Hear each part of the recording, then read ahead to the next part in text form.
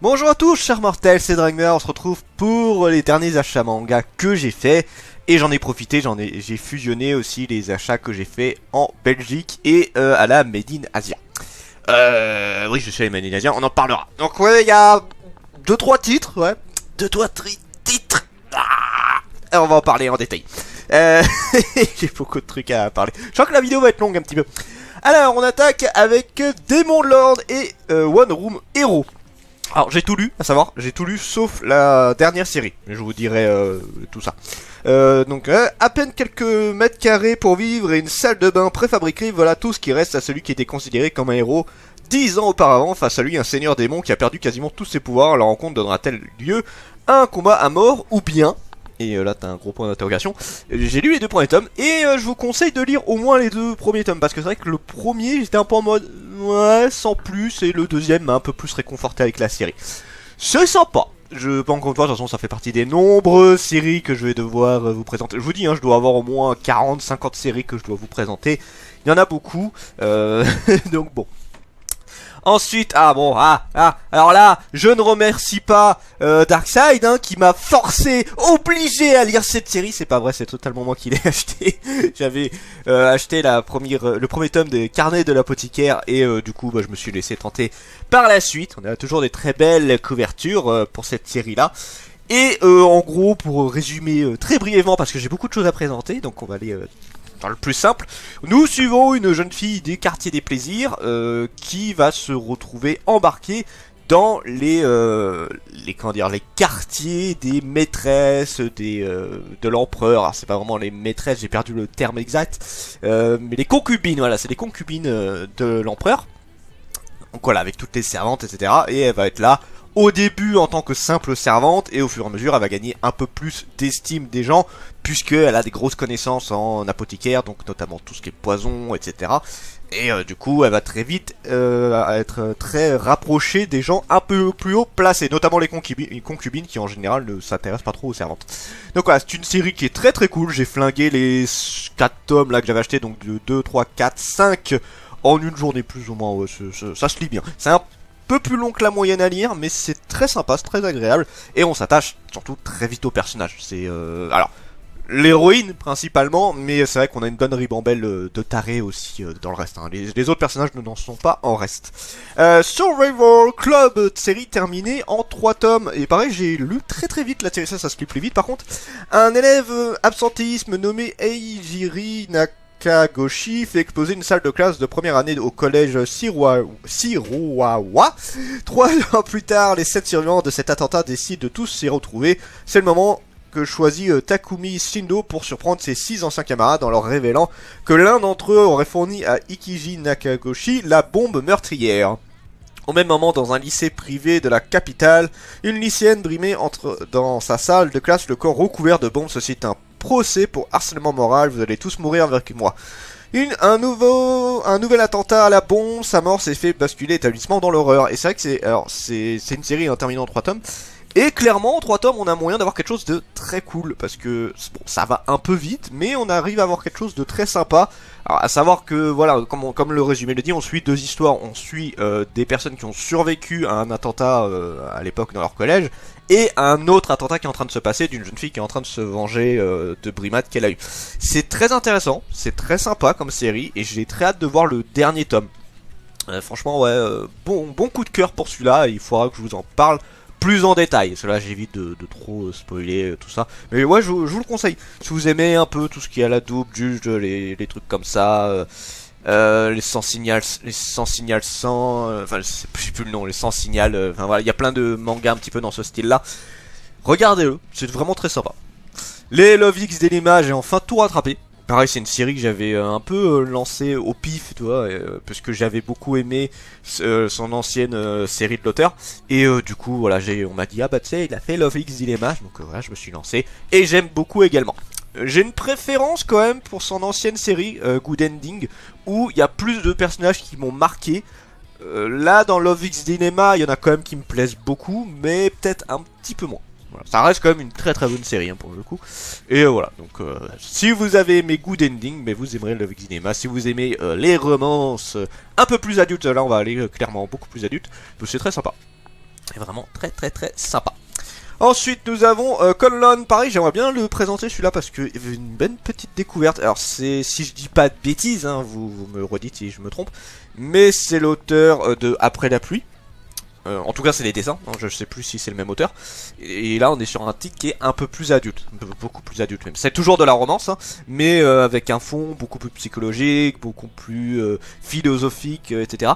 Et c'est très très très cool. C'est dur à décrire comme manga. Là, pour faire un résumé rapide, on suit une jeune femme qui est dans un cabinet d'agent immobilier et elle est amoureuse d'un mec et on va se rendre compte qu'elle a un passé un peu particulier. Voilà, je le résume très brièvement parce que j'ai pas trop envie de spoiler. Et je ne vais même pas vous montrer des images du 2 parce que si vous avez vu le 1 et que vous n'avez pas lu le 2, bah il y a des trucs qu'il vaut mieux vous découvrir de soi-même. Donc voilà, très très bonne série et j'ai hâte de vous la présenter. The Cave King, donc là je l'en ai parlé, là c'était mardi, ouais. Mardi que je vous ai présenté celui-là juste dans les achats. Et là pareil, j'ai acheté la suite. Et encore une fois, je le redis, si vous avez aimé Remonster, si vous aimez moi quand je me racarnais en slime, tout ça, bah, allez-y, c'est une vraie petite merveille. Je refais un résumé très rapide parce que j'en ai parlé il y a pas longtemps.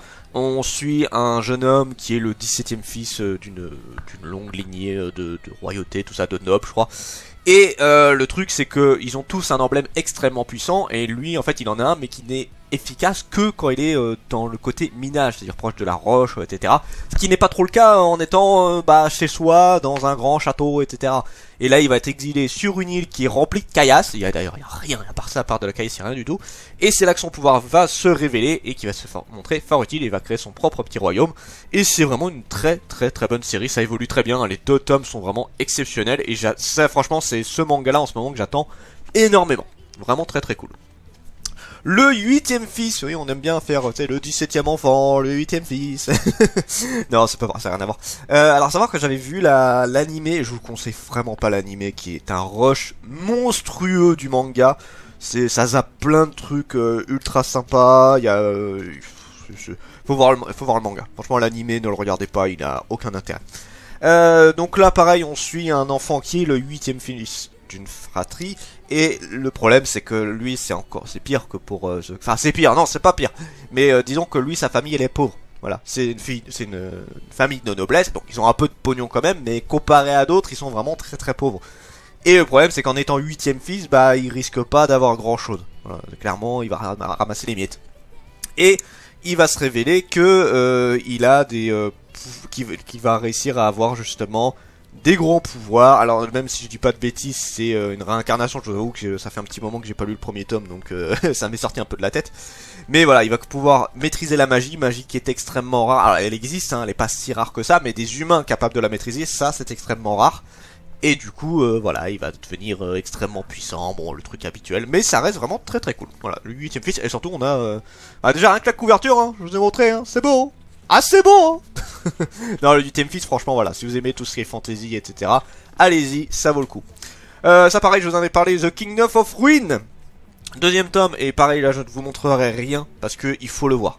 Là c'est pas essayez, vous verrez, non, allez le voir, c'est juste génial. Et ça peut plaire à presque toutes les catégories, je pense, ce manga là.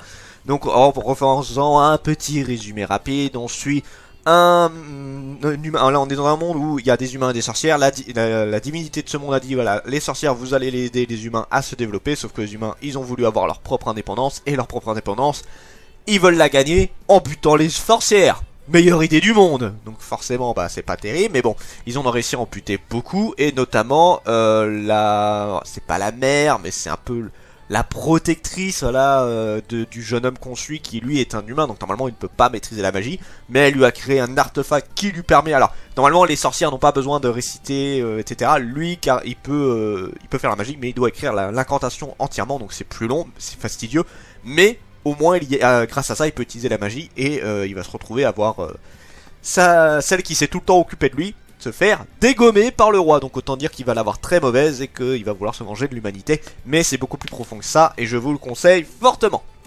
J'essaye d'enchaîner un peu parce que j'ai beaucoup de titres à vous présenter, et sinon la vidéo va durer 3 plombes. Le fameux Shangri-La Frontière, oh mon dieu, le fameux manga de Glénat. Alors Glénat qui se bouge enfin un peu le cul, hein, parce que je le redis, Glénat, à part s'appuyer sur leur grosse série One Piece, Dragon Ball, tout ça, ils ont pas sorti grand chose depuis des années, hein. On en avait parlé avec Rui Yorido, même Ibis si j'ai pas de bêtises, où franchement, Glénat ne faisait plus rien quoi. Tu sortais un petit titre dans l'année vite fait, et je crois que ça fait longtemps qu'ils ont pas sorti un gros titre. Vraiment un très très gros titre. Enfin un gros titre. C'est un grand mot, disons que pour eux c'est un gros titre. Ils ont mis les moyens, donc forcément il s'est vendu. Je sais qu'il s'est vendu un minimum. Et encore, j'en entends pas autant parler que Kaiju 8. J'entends beaucoup plus parler de Kaiju 8 que Shangri-La Frontière, où j'ai entendu beaucoup de la pub, mais j'ai pas entendu beaucoup de retours. Mais je sais très bien qu'il y a beaucoup de youtubeurs qui en ont parlé, bon, comme d'habitude. De toute façon, ils ont dû le filer à tous les gros youtubeurs pour le présenter. Ça va, Glénat, ça m'étonne pas. Enfin bon, je ne l'ai pas acheté pour l'instant, je vais peut-être l'acheter. Sûrement la suite en tout cas. Là c'est mon libraire qui me l'a gentiment prêté parce qu'il voyait que j'étais en mode je suis curieux de le lire mais j'ai pas envie de l'acheter là.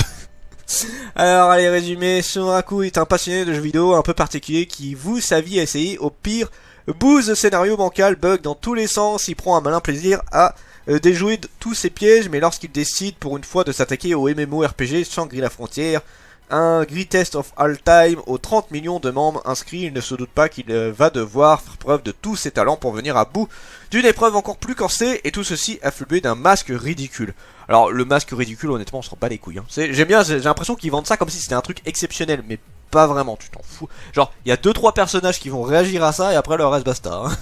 Je ferai un gros... Enfin, de toute façon, je dis ça, mais c'est parce que je filme les vidéos en avance, donc je suis désolé. Je sais que j'en ai parlé hier, parce que c'est jeudi que je présente Shangri-La Frontière, et là on est vendredi quand vous regardez cette vidéo. Mais c'est compliqué, vous savez, quand on tourne les vidéos en avance, de se dire ah oui c'est vrai qu'eux ils vont voir ça à tel moment et tout.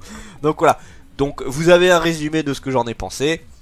Je vous montre quelques images pour ceux qui n'ont pas vu mon avis dessus. Bon, ça reste quand même positif, hein, mais voilà, je sais très bien que... C'est marrant, hein, j'ai pas encore tourné, mais je sais très bien plus ou moins ce que je vais en parler. C'est pas si mauvais, mais ça vaut pas toute la médiatisation qu'il y a sur Shangri-La. C'est pas un pilier à la Naruto, tout ce que tu veux, ça. Et encore, ça, il y a débat sur Naruto. C'est particulier. Je vais pas lancer le sujet maintenant, mais c'est particulier par rapport à Naruto, Fairy Tail, Dragon Ball, One Piece, etc. C'est très particulier. On en parlera un peu plus tard. Je pense que je ferai une vidéo un peu spéciale sur ça. Locking Up Magical Girl, le 3ème tome, pareil, une bonne petite découverte de Mehan. Ouais, c'est encore une de leurs séries un petit peu particulière. Leur catégorie un peu particulière, un peu plus cul, donc là oui, on l'est pas mal. Où on suit une jeune fille qui est fan de Magical Girl, mais elle va passer du côté obscur, alors sans le vouloir, hein, c'était pas voulu du tout, elle va passer du côté des méchants, et du coup elle va devoir se battre contre ces fameux Magical Girls qu'elle adore. Chose qui l'emmerde un tout petit peu, mais elle a pas trop le choix, et elle va se rendre compte qu'elle a un côté très sadique, très... pas maso, plus sadique, ouais. Et puis c'est très rigolo. Je vous ai fait un gros résumé, hein, c'est des batailles. C'est un petit peu à la Magical Girl Holy Shit, mais avec un côté beaucoup plus sadique, maso, etc. C'est très sympa. Franchement, si on a envie de se détendre, de regarder des conneries, tout ça, ça vaut le coup. Ça vaut vraiment le coup. Elfenlied, gros mastodon que c'est, mais bon, on l'attendait depuis des années. Je l'attendais depuis des lustres. Oh, je t'aime. Pardon. Non, franchement, ça faisait des années, 10-15 ans. Plus proche des 15 ans, je pense qu'on attendait la série. Et ça me fait très plaisir. Alors, je suis un peu deg de l'avoir en grand format. J'aurais bien voulu l'avoir en un format plus petit. Vous savez, les formats classiques, quoi. Et, tant pis, au moins je peux lire la série. Et là, on a presque rattrapé l'animé. Et on est au 2ème tome, donc ça fait 4 tomes en petit. Donc je pense que le 5ème, voire le 6ème, mais je pense que plus le 5ème, ce sera la fin de l'animé. Et après, on va attaquer vraiment la suite, chose qu'on n'a jamais eu, parce que beaucoup de gens... Elfenlied fait partie quand même des animés qui avaient été très appréciés, moi le premier, hein.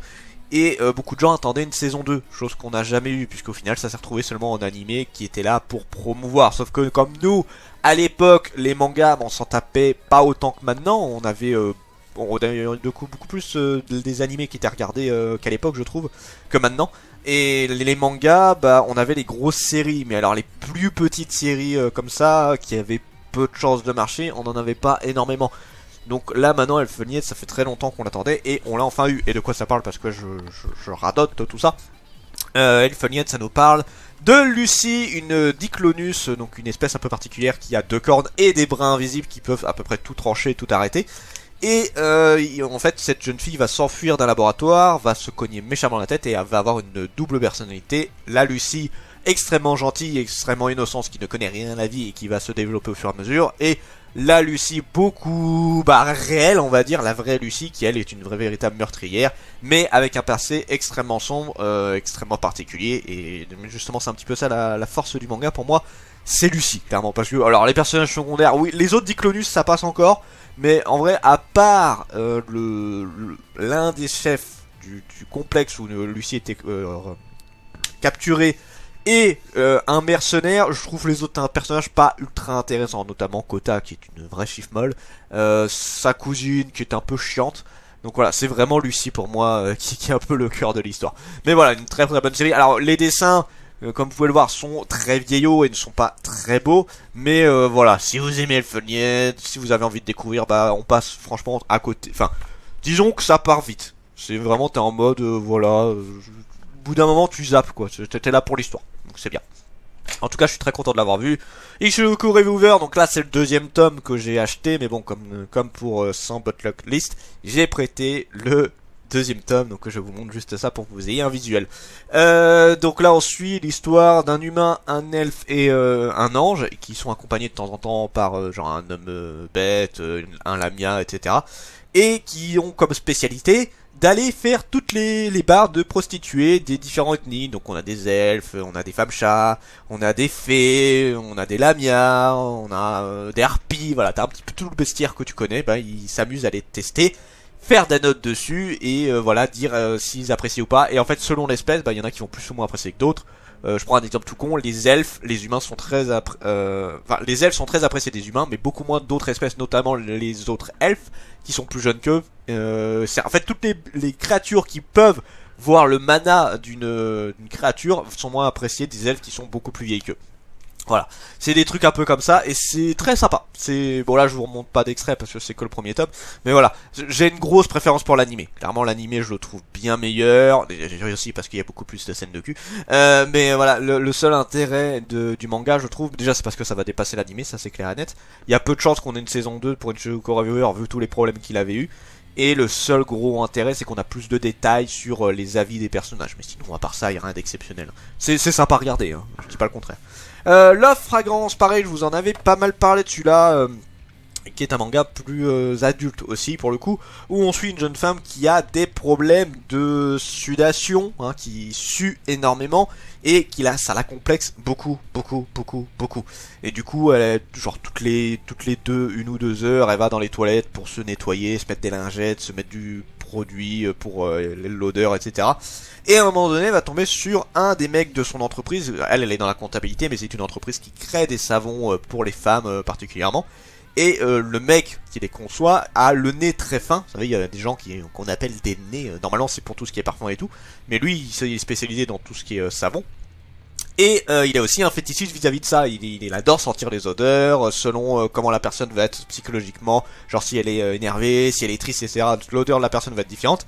Et il va être très attaché à cette jeune femme vis-à-vis de son odeur. Et ça va partir en relation. Et c'est une histoire qui est vraiment très très cool. Puisqu'on a un côté fétichiste, hein, clairement. Mais qui est mieux développé. Je crois que c'est un des rares mangas d'ailleurs qui développe bien ce côté-là. Bien dans le sens où c'est développé. Hein, où on a vraiment quelque chose sans partir dans l'extrême. C'est souvent les rares mangas qui parlent de fétichisme, ça part dans l'extrême. Et ça me fait chier. Là du coup c'est bien, c'est un peu plus soft. Et on a du coup une relation qui est extrêmement bien. À chaque fois j'attends la suite, hein. Ce manga évolue très bien. Je vous le conseille fortement et je le redis, c'est plus adulte que ce qu'on a l'habitude de voir en romance. Harry Fureta, pareil, ça c'est cool parce qu'on va bientôt dépasser... Bah là on a bientôt dépassé l'animé. Là dans peu de temps on a dépassé l'animé. J'aime bien l'animé, mais je vous conseille plus le manga, où là on a beaucoup plus de trucs. On a le spin-off aussi, je l'ai pas encore acheté, mais il faut que j'achète le spin-off. On suit un groupe d'élèves qui a été téléporté avec leur professeur dans un autre monde, et ils vont chacun avoir un pouvoir. Notre héros, lui, il a un pouvoir d'une sorte d'alchimiste, mais pas très puissant. Et à un moment donné, t'en as un qui va le pousser. En fait, ils vont dans des donjons et plus tu descends, plus c'est dangereux. Et à un moment donné, ils vont être téléportés très bas dans le donjon, mais à un endroit beaucoup trop élevé et dangereux pour eux. Et il y en a un qui va en profiter pour dégager notre héros qui trouve emmerdant. Et du coup il va tomber très profondément, mais dans un endroit où c'est quasiment impossible de survivre à moins d'avoir une grande puissance. Il va avoir un peu le déclic de l'énervement de s'être fait trahi. Et il va commencer à se battre, à battre jusqu'à la mort. Et il va obtenir une puissance extrêmement balèze. Alors encore une fois, je dis, il a risqué sa vie pour avoir cette puissance. Il l'avait pas dès le début.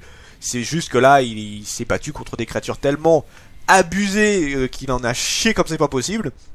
Et il a réussi à trouver des items, du coup. Bah, forcément, quand tu tombes dans des endroits qui sont extrêmement dangereux et que tu arrives à survivre en minimum, ça devient plus pratique. Mais bon, là, il a vraiment totalement changé, que ce soit de caractère, physique, etc.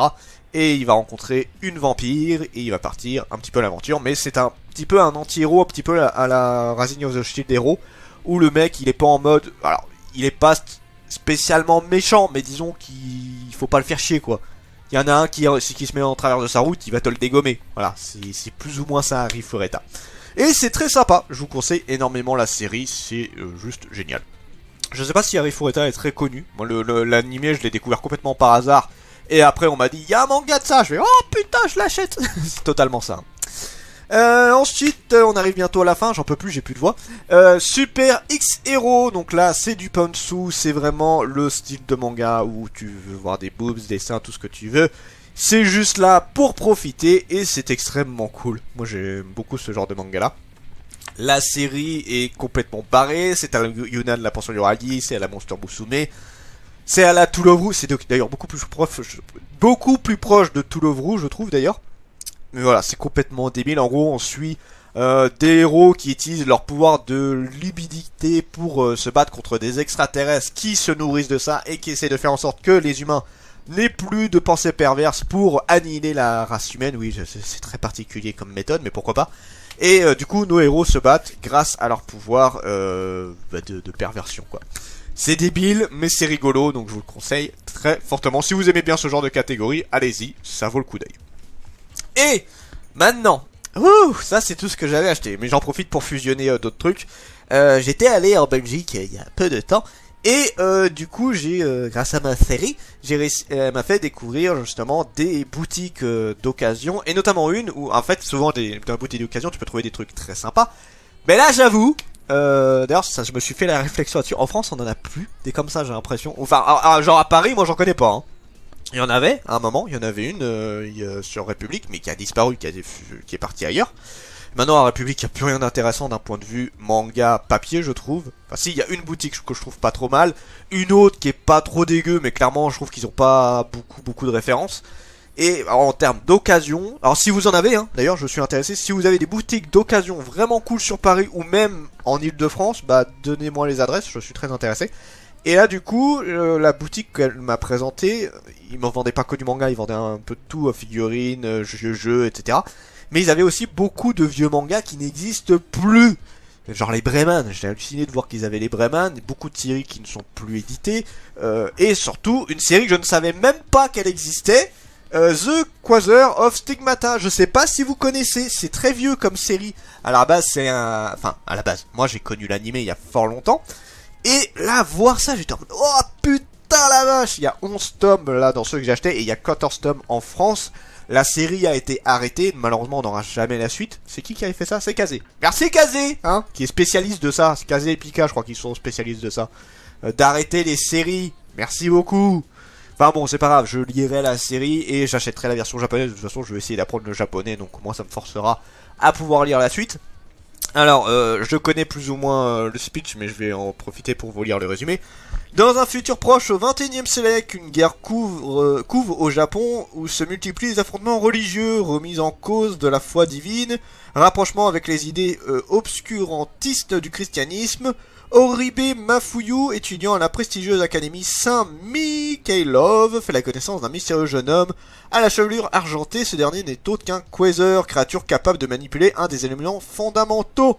Le mystère qui plane autour d'une icône censée exaucer tous les vœux va mettre le feu aux poudres et entraîne l'académie dans une bataille sanglante. En gros, on va suivre plusieurs personnages qui peuvent maîtriser un élément particulier. Ça peut être le cuivre, ça peut être l'argent, ça peut être l'or, etc. Et c'est très sympa. C'est très. Je trouve que ça a un petit côté Dance in the Vampire Boon, voilà pour ceux qui connaissent pas. Et alors je sais pas ce que vaut le manga, l'animé était cool, d'ailleurs l'animé, je crois que l'animé avait presque tout fait, si je dis pas de bêtises. Mais et du coup là c'est juste que j'adore cette série, j'adore énormément l'animé de base. Donc je suis très curieux de pouvoir voir ce que ça va donner en manga. Donc voilà, je vous montre un petit peu ce que ça donne. Ah voilà. Et voilà, donc du coup très content de l'avoir eu. Je sais pas ce que ça vaut encore en manga, l'anime était très cool, mais voilà, 11 tomes, donc il m'en manque que 3 en version française, et la version japonaise je l'achèterai beaucoup plus tard. J'avais acheté cette figurine là, donc là c'est par contre c'est la Madine Asia, mais celle-là je l'ai achetée pour une amie. Et je me suis acheté pour moi, en fait, alors d'ailleurs, petit avis rapide sur la Madine Asia, j'y retournerai quand même je pense. Je trouve, bah c'est beaucoup plus petit que la Japan Expo, hein, y a pas photo, c'est pas du tout la même taille. J'ai rien vu d'exceptionnel, mais je pense plus que c'est l'année où j'y suis allé, là j'ai rien vu. Moi je cherchais genre des t-shirts, des trucs du genre, et j'ai pas vu des trucs bien ouf, voilà. Mais j'ai quand même trouvé quelque chose de très sympa. J'ai trouvé des vieux paquets de cartes du Seigneur des Anneaux. Ouais, j'étais surpris de voir, je savais même pas qu'il y avait ça. Et du coup là j'ai pris 4 decks qu'ils avaient du Seigneur des Anneaux, je vous lis un petit peu le résumé. Avec ce jeu d'aventure plein d'actions pénétrées dans les royaumes fantastiques imaginaires, pas J.R.R. Tolkien et Peter Jackson. Ce paquet contient Théoden, roi du Rohan, qui s'est allié aux 3 chasseurs pour s'opposer à Sauron. Votre adversaire devra affronter une horde d'Uruk-hai, de Isengard, des serviteurs du magicien déchu Saruman. Chaque paquet de base de 63 cartes comprend les lieux et les personnages initiaux que vous permettront de vous lancer à l'aventure dans l'univers excitant du Seigneur des Anneaux. Le Seigneur des Anneaux, de même qu'un livret de règles facile à utiliser et rempli d'exemples. Procurez-vous le paquet de base d'Argand ainsi que les paquets recharge de 11 cartes choisies au hasard dans la série de base, les 2 tours. Voilà, et en gros, de ce que j'ai compris, de ce que m'a expliqué la personne, il y en a un, ça se joue à 2, hein. T'en as un qui contrôle les humains, donc tout ce qui est Aragorn, tout ça, et un autre qui contrôle le côté de Sauron. Voilà, et le but c'est de se battre, voilà, et c'est très sympa. Voilà, on a Merry, etc. Et c'est un petit peu à la côté Magic, t'as des terrains, t'as plein de trucs comme ça. Ça a l'air sympa, j'ai pas encore testé, hein, faut que je teste, voilà, les armures, etc. Mais je pense que je vais bien rigoler à tester ça, et comme je suis un très gros fan du Seigneur des Anneaux, bah, je suis très content d'avoir découvert cette série de cartes, voilà. Bon, malheureusement elle est plus éditée, là c'était un vieux stock qu'ils avaient, donc il y a peu de chances que je retrouve beaucoup de gros autres decks, mais c'est pas grave, c'était juste pour mon plaisir personnel. Cette vidéo était extrêmement longue, je m'en excuse, après je sais qu'il y en a qui aiment bien quand je fais des vidéos longues, mais là quand même ça fait beaucoup. Donc voilà, sur ce c'était Dragmar et je vous dis à la prochaine, chers mortels.